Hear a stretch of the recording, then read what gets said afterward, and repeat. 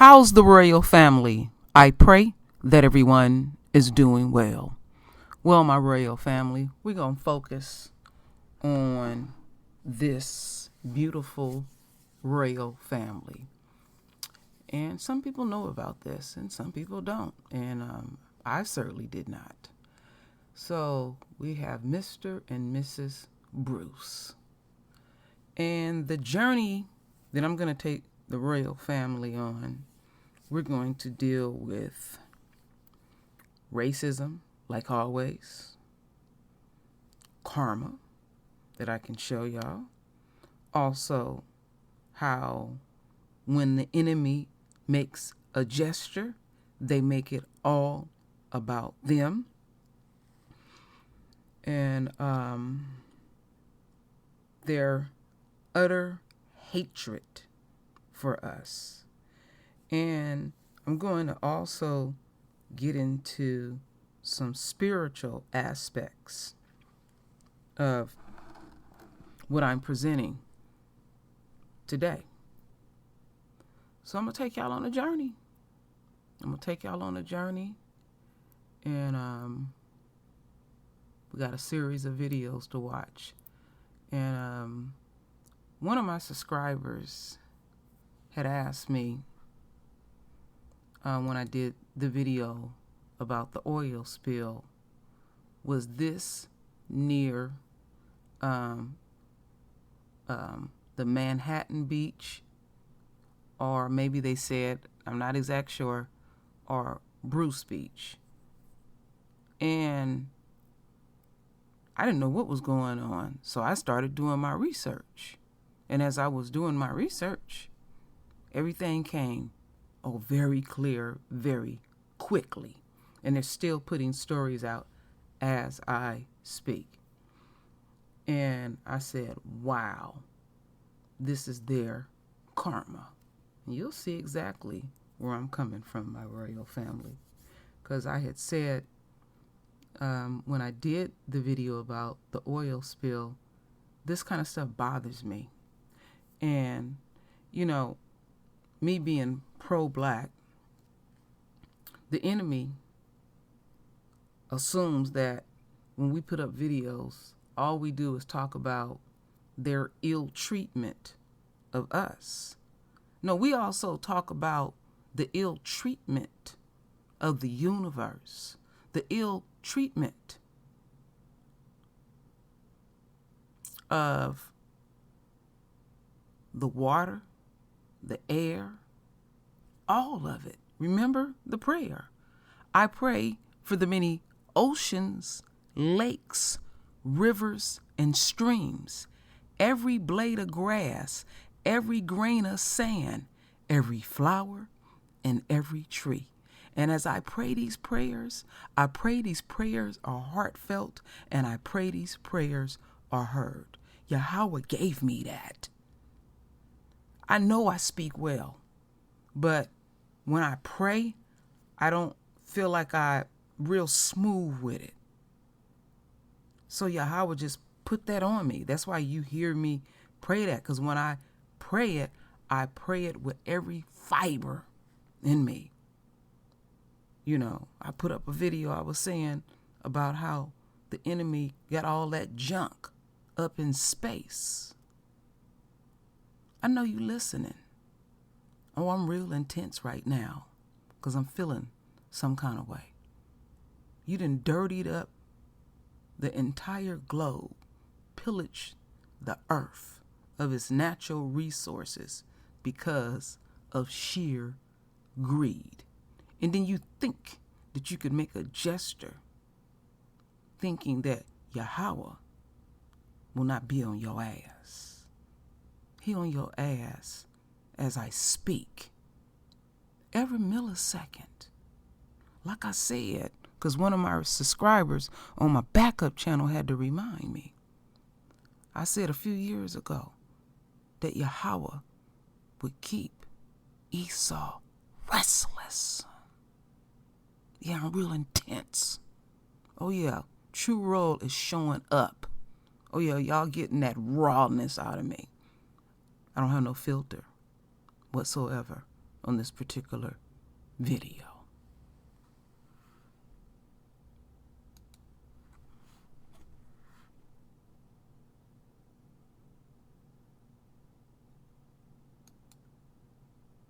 Now to a story about land theft and a family's fight to get it back. In 1924, the city of Manhattan Beach, California, seized a beachfront property. The land belonged to an African-American couple named Charles and Willa Bruce, the founders of a once flourishing seaside resort called Bruce's Beach Lodge. The white residents of Manhattan Beach wanted their black neighbors gone, and the city complied. Charles and Willa Bruce lost their resort and their fortune. It's an injustice that dates back nearly a century, and for years the land was owned by the County of Los Angeles until last week. Today we're making history. And so I'm proud to be here, not just for the descendants of the Bruce family, but for all of those families torn asunder because of racism. California Governor Gavin Newsom spoke at a press conference at Bruce's Beach. He was holding the bill that would give the land back to the Bruce family. So with that, let's sign this bill and turn this property over.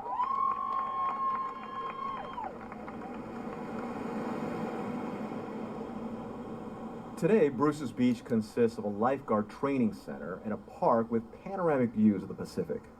Well, we're looking over the horizon at a beautiful, beautiful ocean. It's blue and serene, and it's quiet. It's just a gorgeous, gorgeous view. Dwayne Yellowfeather Shepherd is a cousin of the direct descendant of Charles and Willa Bruce. He's also a clan chief of the Pocasset Wampanoag tribe of the Pokanoket Nation. He's traced his family's painful history on this land. The resort that was here a long time ago, what did it offer black people in the LA area back then? Well, there weren't many areas where black people could get into the water along the entire coast of California at that time. And this place offered them a dance hall, a place where they could rent bathing suits, and it was a restaurant here. So it was a full-service facility. It was a place where people could come have social functions. You had the black entertainers, the actors and actresses, and jazz artists at that time. You had the politicians, the black politicians, and as well as the business owners and socialites. They all came here and used this facility for their social functions because it was one of the largest in the community. I mean, where we're standing right now is absolutely gorgeous. Yes, it is. I think people don't realize it until, say, they walk past it or stand where we're standing right at the top to see what Charles and Willa actually had and then what they lost. I mean, does it make you angry to think about all of that? I'm angry about the way that Charles and Willa Bruce and their family was treated, terrorized, threatened, and harassed and attacked. White residents feared an invasion by the African-American community in Manhattan Beach. They set up barricades to keep black beachgoers from getting to the ocean. And members of the Ku Klux Klan, active along the California coast, reportedly attacked the Bruce's resort. They slashed tires. They burned mattresses under the porch of the resort. They tried to blow up a gas meter of one of the residents here. They had 24-hour, 24/7 phone campaigns of threats against Willa and her family. Manhattan Beach city officials invoked eminent domain in 1924. They claimed to build a public park. The resort, once a safe haven for black families, was shuttered and demolished. The Bruces requested $120,000 for both damages and the value of the property. Instead, the city granted them $14,500. Today, the two parcels of land are worth an estimated $75 million. Bruce's Beach is one example of land theft that's taken place across the United States through violence, intimidation, and legal maneuvers. For generations, black landowners like the Bruces have been victimized by eminent domain abuse and unjust property laws. Is there any way to calculate the total amount of money black property owners have lost in the United States over the course of generations? So what I'd say is we're talking in the trillions. This is Thomas Mitchell, a property law scholar from Texas A&M University. He's worked to reform the discriminatory policies that have stripped African Americans of their land. I'm part of a research team called the Land Loss and Reparations Research Project. And what our research team is doing is trying to put an economic value on the agricultural land, black farmers, unjustly lost over the course of the last 100 years. And our research team has come up with a preliminary estimate of $300 billion in just lost economic value of the land itself. And we're also then going further and saying, well, as a result of losing this land, well, we lost the ability to benefit from the land ownership in terms of families getting loans to send their children to college and universities, which then has a negative impact on economic mobility. And that's just black farmers. There's a lot of African Americans who've lost property in this country who are not black farmers. And so we're talking trillions. But here's the thing. Families like the Bruces, whose property was taken generations ago, they're not entitled to get it back. Statutes of limitation restrictions prevent that. Mitchell points to the Tulsa race massacre of 1921 when white mobs tried to destroy what was known as Black Wall Street. What we got out of Tulsa, Oklahoma, yes, there was a state commission. Yes, it did do a detailed report. Yes, that detailed report documented tremendous and horrible abuses and killings and burning of businesses and taking of property, but it didn't lead to one penny. It didn't lead to a single property being returned. Bruce's Beach is different because the government actually stepped in. The California legislature passed a law to give the land back. The Bruce's case represents the first instance in the history of the United States where an African American family or community that had their property taken unjustly ended up having it returned. Literally, there's not been another instance in U.S. history. Now that there's a first, what are the chances of there being another? What we're going to have to ask ourselves is the Bruce's Beach case a recognition that the time has come for real racial justice in this country? Can this serve as a template for providing effective redress to other African American families who have had their property taken unjustly? And so we'll see. Justice for Bruce's Beach. Power to the people, power to my people. That's the voice of Kevon Ward speaking at the press conference with Governor Newsom last week. Newsom said Ward was a driving force behind the Bruce's Beach movement, and that led to her starting the organization, Where Is My Land? Through Where Is My Land? The fight for restorative and reparative justice continues nationally. There you go. No justice, no peace. When Ward learned about Bruce's Beach last year, she says she vowed to make a change. I informed the family that I would do anything in my power to help them not only get restitution for their loss of civil rights, their loss of business enterprise, but for me, I felt like justice was getting their land back. On the opposite coast in Philadelphia, Ashanti Martin was on a similar mission. The two were introduced through a mutual friend, and together Ward and Martin co-founded Where Is My Land? I read about George Floyd's ancestor, Thomas Stewart, back in the late 1800s, had owned 500 acres of land in North Carolina, and that land was stolen by white farmers. I think there's no question, had George Floyd's ancestors kept that land in their family, his life outcomes would have transformed. Now, you two officially founded the Where's My Land project in July of 2021. Ashanti, what was the goal? What was the initial goal? Well, the initial goal was to continue Kevon's work, encouraging people, encouraging Black families. We know that there are Black families who know they have land, they know where it is, and they have been trying to get it back. It's going to be a massive undertaking, but we believe it, and we believe that people will act, and people will support this, and people will be upset when they learn this history. And speaking of the massive challenge, so in 2001, the Associated Press conducted a very deep dive investigation into Black land loss. So this is an article from 2001, 20 years ago, and I want to read a part of it. Quote, no one knows how many black families have been unfairly stripped of their land, but there are indications of extensive loss. Besides the 107 cases the Associated Press documented, reporters found evidence of dozens more that could not be fully verified because of gaps in the public record. Kavan, when you hear that, I mean, do you almost feel like this is a massive mountain that maybe in your lifetime you won't be able to climb? Absolutely. I don't think that we can handle all of this within my lifetime.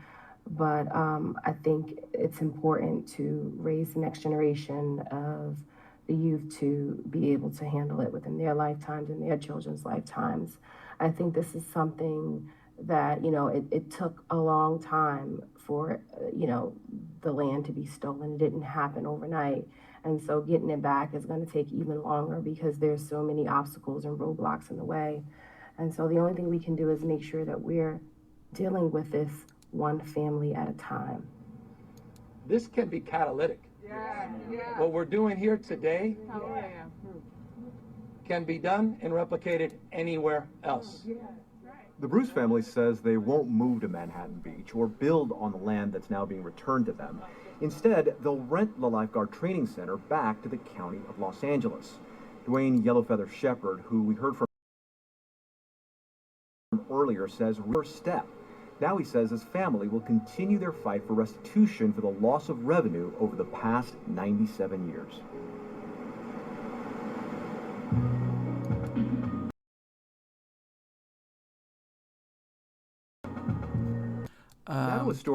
The reason why, let me take this down. The reason why I was showing those pictures was trying to emphasize a few things about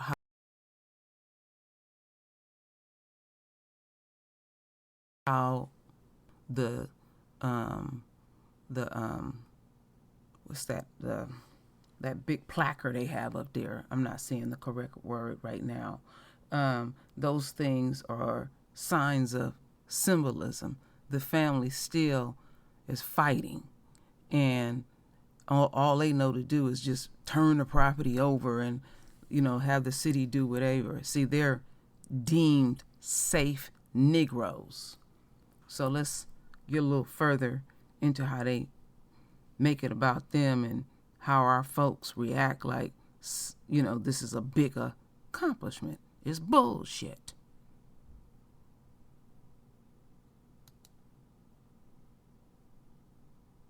Who have been systemically left behind. Justice for Bruce's Beach!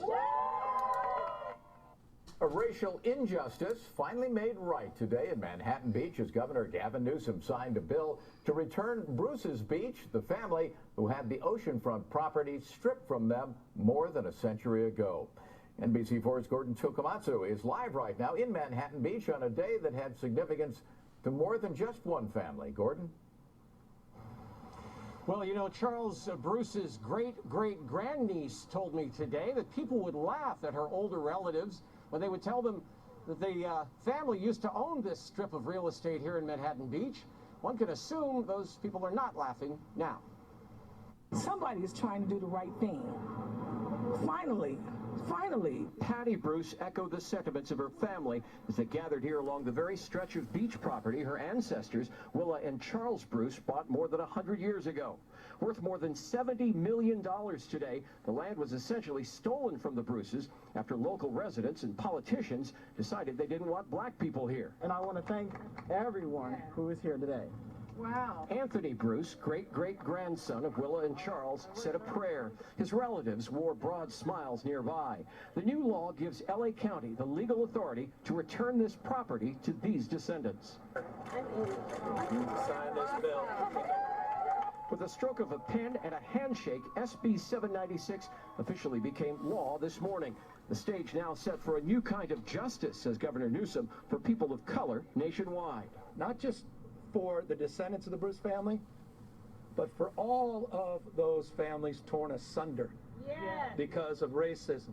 African-American visitors to the small resort Charles Bruce had built here back in the 1910s were subject to years of harassment and vandalism.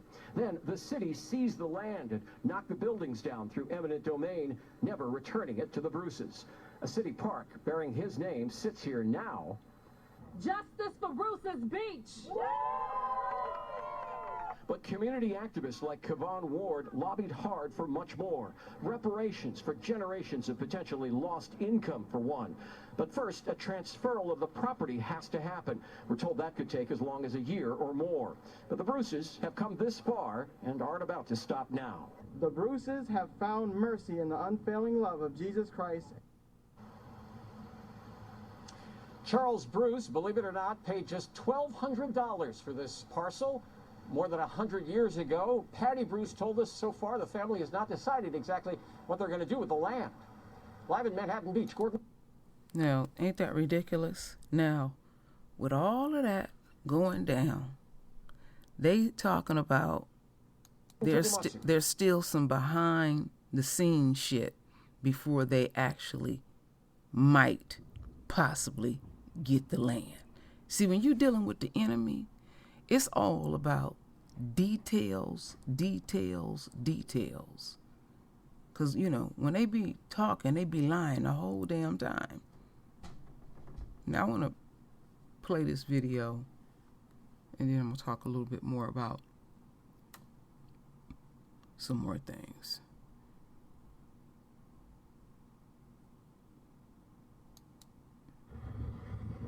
We're at Bruce's Beach, historical, oldest park in the city of Manhattan Beach. Your first impression of Bruce's Beach might be that it's just another Ocean View park in the South Bay. You never get a second chance to make a first impression. That's the problem with first impressions. They don't always tell the whole story. And this story is getting a second chance. Now you have students traveling from all over the region here to talk about that history. It's a history former Manhattan Beach Mayor Mitch Ward recently helped share with high school students. I knew that there was some discrimination here. I did not know about the entire story, though. It's the story of Willa and Charles Bruce, who became Manhattan Beach's first black landowners when they bought a plot right along the shore in 1912. Well, one way that African Americans were able to build wealth was to buy real estate. Soon, Willa Bruce bought more plots next door. Other black families bought some too, and the area became known as Bruce's Beach, a resort community that flourished as a vacation spot for LA's black citizens, but not for long. In the early 1920s, there are a couple of white citizens here who have gotten upset, and they're feeling that there's a Negro invasion. Allison Rose Jefferson is a historian and author of the book Living the California Dream, African American leisure sites during the Jim Crow era. They changed ordinances so that there were only 1-hour parking signs around here. They slashed people's tires at different times. There was even intimidation by the Ku Klux Klan, seen here in this advertisement of the time. It was all to force the Bruces and the other black property owners to sell, but it did not work. So by 1924, the city of Manhattan Beach used a legal tool to take their land, saying the city needed to build a park. Eminent domain proceedings were implemented to get the black people out of here. It took more than 30 years until the city built this park for fear of being sued, but the Bruces and most of the other black families were long gone. That was our property, and they removed it from the eminent domain, which was pretty much like using the law to pretty much, commit a crime. Meet Anthony Bruce, the last living direct descendant. I am the great-great-great-grandson of Charles and Willa Bruce. Anthony is living in Florida, and he's carrying on the family's longtime efforts to get the land back and be compensated for their loss. Remember, this is the entrepreneur family of the Bruces here. And so if we don't get that money, all we need is the land back anyway. The Bruces' first plot is now owned by LA County and occupied by a lifeguard headquarters. 15 years ago, Mitch Ward, the former mayor, helped get the park up the street renamed to Bruce's Beach, with a plaque telling the story of what happened. But many people have deemed that plaque to be inaccurate and want it changed. For me, I felt like that wasn't taking it far enough. It's like this land was stolen from the family. There's knowledge of it, so now the land needs to be given back to the family. Kevon Ward, who calls Manhattan Beach home, launched a petition last year to get the Bruce family their land back, and has spent months raising awareness of this racist injustice. The city can't claim that it knows nothing about it. The city can't claim that it doesn't know the truth. So now what the city needs to do is make amends. Your first impression may be this is just a piece of land, but Anthony hopes it could be his family's second chance. In the U.S. Declaration of Independence, we know that all men are created equal, and so that's what we're looking for. We're just looking for justice for our family.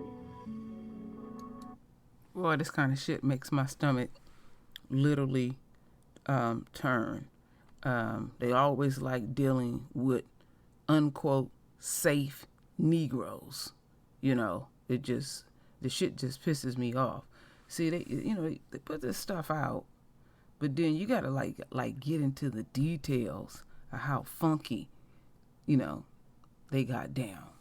Let's just continue on my royal family.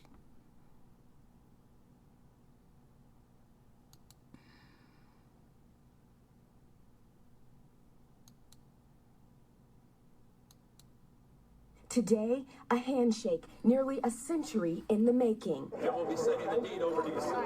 California Governor Gavin Newsom returning property taken from a black couple to their family. Warm temperatures and clear waters are a hallmark of Bruce's Beach in Southern California. But beyond the sunny skies lies a stormy past. The land was first purchased by Willa and Charles Bruce, a black couple, in 1912, a time when segregation largely restricted beach access for blacks. Charles and Willa Bruce, a married couple, had the American dream like many of us have the American dream of owning a piece of property, establishing a business, and that's what they did. The Bruces built a lodge, cafe, and even a dance hall, open to all. The resort became an oasis for black families to swim and socialize without being harassed, until the safe haven became a target. Despite all the racial taunts to KKK, the harassment, the burning of their facilities, the taunting and the harassment of their guests, they survived and flourished for 12 years.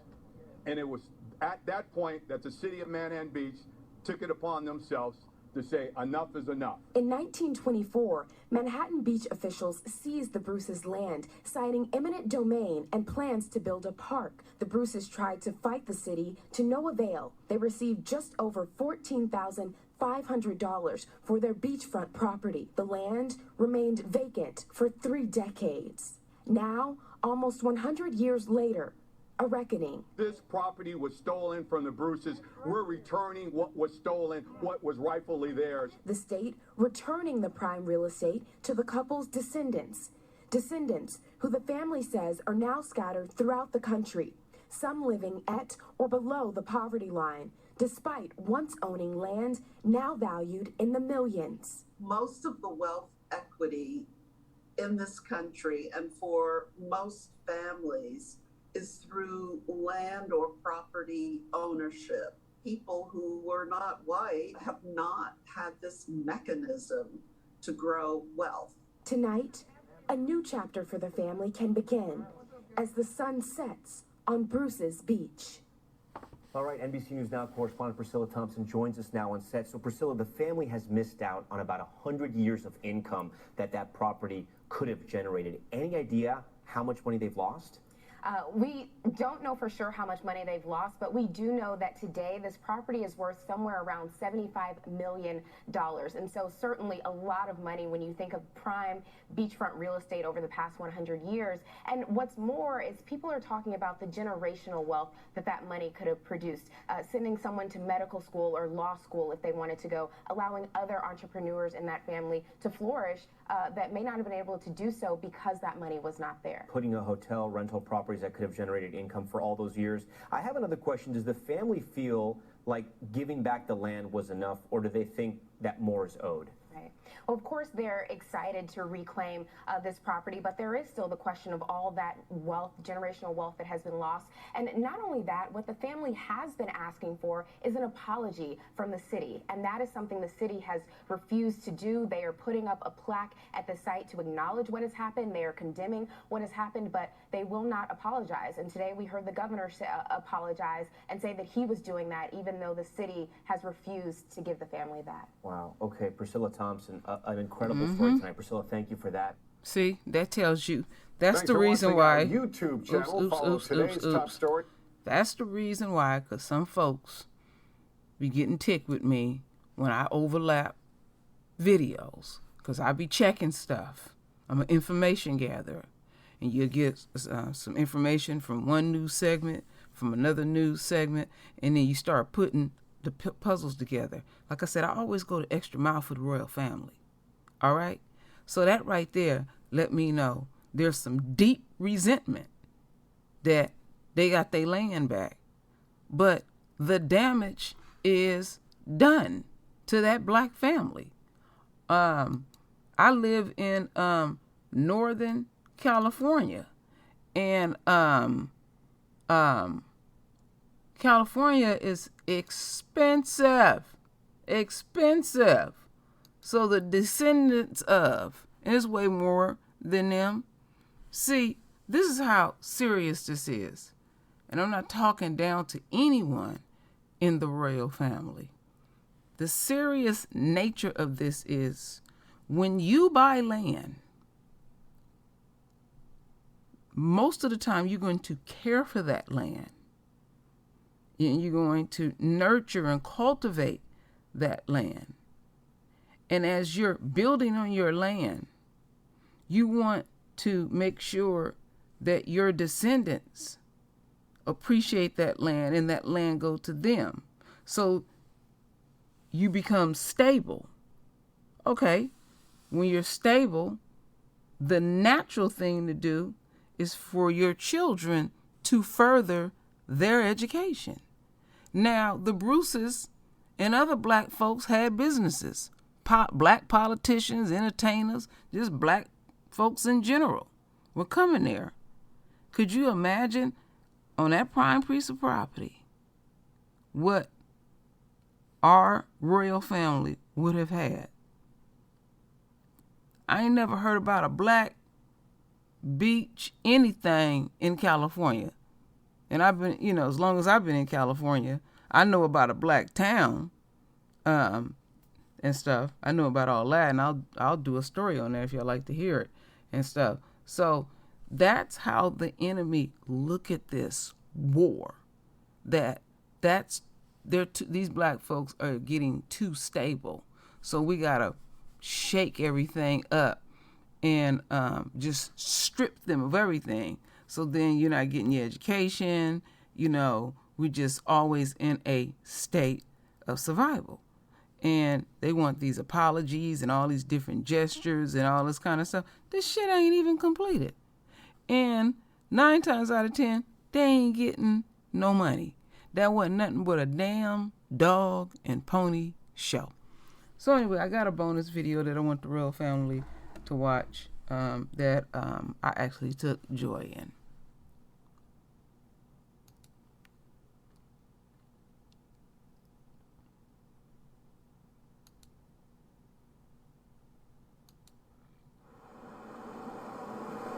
When I told folks that my family once owned the beach here, they would laugh at me. They didn't believe African Americans owned beaches.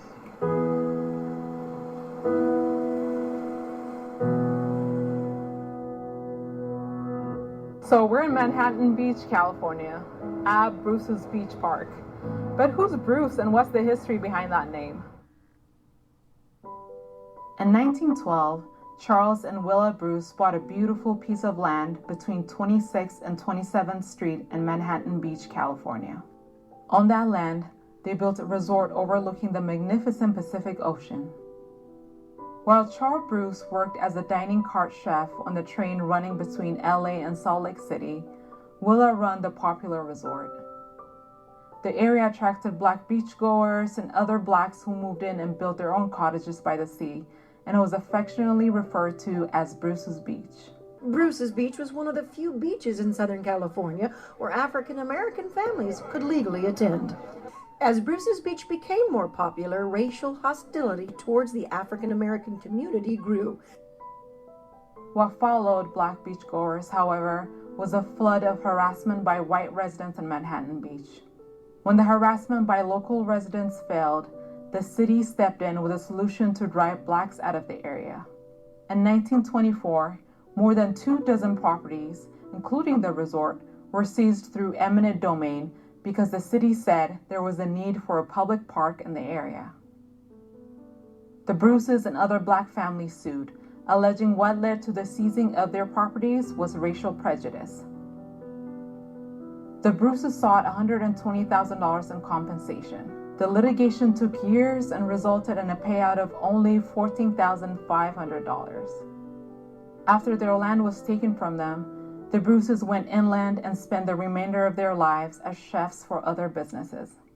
The land remained a vacant lot for years, and it wasn't until the 1950s that a park was built out of fear that the families might come back and sue for their land back. Are you a resident around this area? I'm in the South End. So when did you become aware of the history of Bruce's Park?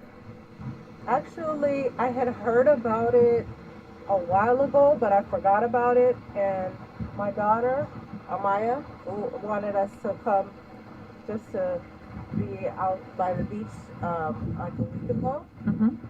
And so we decided to come here, and we were thinking, what is it? Me and my husband, because my husband was with us too. And we was like, what is it about this, the name of this park that we were trying to figure out? And it was so crazy because the next day on my Facebook feed, a friend of mine posted a link to the, I think, LA Times article about this particular area and the history of it. Mm-hmm. And I clicked on it and I was like, we were just there. Mm. And so I shared it with my daughter and my husband, and we were like, yeah. And so my husband was like, yeah, I remember hearing about that a while back. Mm-hmm. And so we just kind of read the article and refreshed our memory. And then my daughter was like, our ancestors founded that. We need to be at that park every week. So what does this area symbolize to you, this park? Well, that there's history that is little known. And so, you know, it would be nice to make sure that everybody's aware of it, not just, you know, through a Facebook feed. When we think about discrimination, or especially 100 years ago, we think maybe California was free of that because it's not part of the South. No, because I actually am a direct descendant of someone who was directly discriminated against. My mom, when she came here in 1969, she faced a lot of discrimination because of her accent and because of the fact that she was an outsider. I know that it happened here because this is where she came from, Belize, right here.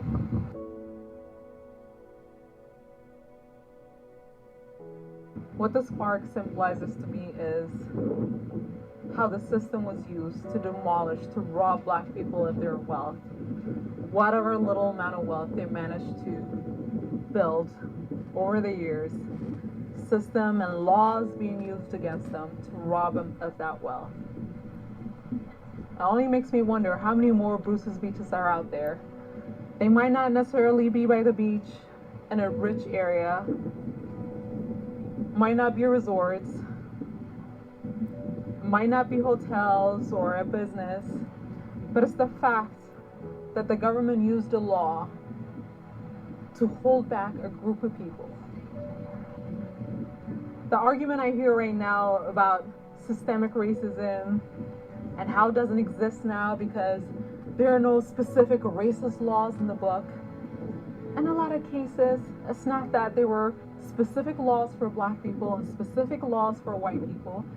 Some existed in the books, right? But a lot of the times it was not that. What happened is how those laws get applied. All of a sudden, this community needs a park. When it's a black couple that has built a resort on that land has to be taken away from them. They'll tell you it's not a racist law. It's eminent domain, it's something the community needs. It's something we would have done for anybody who would have owned that piece of land. But somehow it happens to black people. And they'll tell you, I would have pulled you over. The fake $20 bill is something that applies to everybody. right? But how is that law applied when it comes to white people and black people? That's what we are saying is systemic racism. This park, yeah, it happened 100 years ago, but it's still relevant today. Just think about how much wealth was taken away from the Bruce family because their kids, their grandkids could not inherit this resort, this land from them. That is worth millions and millions of dollars right now. That's what we're talking about when we talk about the racial wealth gap. We want to make sure this doesn't still happen now. Over the years, the park had many names, including City Park, Beachfront, and Bayview Terrace Park. It wasn't until 2006 that the City Council voted to rename the park after the Bruce family. A plaque went up that reluctantly tells the story of Bruce's Beach by first giving recognition to a white man, Mr. George Peck, who was, quote, one of our community's co-founders who made it possible for the beach area below the site to be developed as Bruce's Beach. The plaque makes very little mention of the Bruce family. When I told folks that my family once owned the beach here, they would laugh at me. They didn't believe African Americans own beaches. So over the years, this park has had... I have to stop this for just a bit. The sister has articulated herself very, very well. And you see, even with this placard that they have up here, that a white man is mentioned first. All right? They always make it about them, whatever agendas that they're trying to fulfill. That's why we sick of y'all ass. We real sick of you. Real sick of you. And your gestures and your funky ways.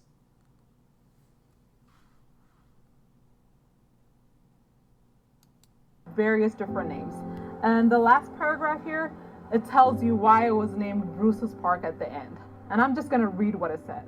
The Manhattan Beach City Council renamed the park as Bruce's Beach in July 2006, commemorating our community's understanding that friendship, goodwill, and respect for all begins within our own boundaries and extend to the world community. All are welcome. On the surface, that's such a nice sentiment. You know, to commemorate all love and accepting and understanding starts within our boundaries. But why not say, this is dedicated to the people that had a resort here, who were driven out of this community. These people were a beacon of hope for the Black community in LA. All of that demolished. Now there's a new movement to not only replace the plaque with a new one that accurately tells the story of the Bruce family, but to also give the land back to the family, along with a restitution for 95 years of lost revenue. So, what did they do? They put black folks in the position of begging, you know, because now they want to, you know, change that, rightfully so, change that that plaque up there, because, you know, make it about them, and then you got to have a petition. Okay, y'all just did this little dog and pony show and scribble some bullshit on a piece of paper. Then you find out when you start getting into the ingredients that it's going to take a year or more before all that stuff is possibly transferred. Then the closer descendants, they're trying to get restitution and all of that. I said, like, fucking with them, you know, I wouldn't show up to none of this stuff. And they've been trying to do this slowly throughout the United States, because there was some property that was transferred to another black family down there in Southern California.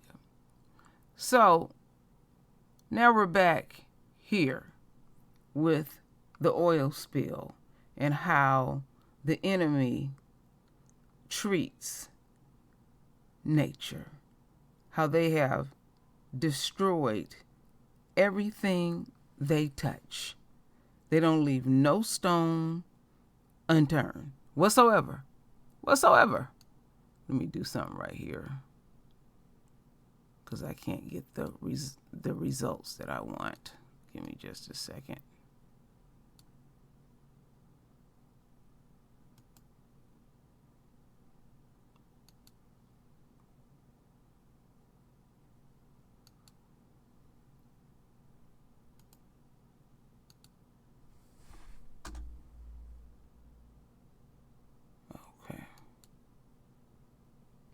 So, this is your karma, Esau. You know, and y'all will be dealing with more and more of this type of stuff. Because like I was saying,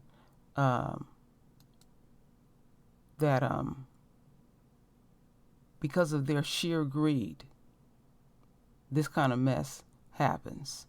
So, the wildlife suffer. Everyone's suffering from this stuff. And you know, it's like the fires that we have up here in California. The majority of the fires were in sundown towns. So what I do is when there is you know, anything horrific that happens in some little town, the first thing I do is I go look up their racial history. And I've been spot on. It's always been a whole bunch of drama throughout the United States. And I know it surprises people when it comes to California, because people have a tendency to think California is very liberal. No, this state is really a Republican state. All right. We got some very wealthy people here.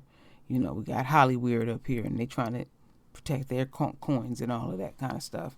But it doesn't matter if they're Republican or Democrat. They one and the same. We already see that. So we will see more of these things happening to Esau. They will not be able to profit.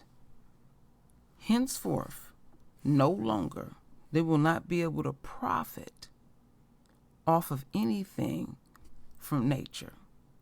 Yeah, nature taking herself back and gonna get herself back in balance, and we will reclaim our throne.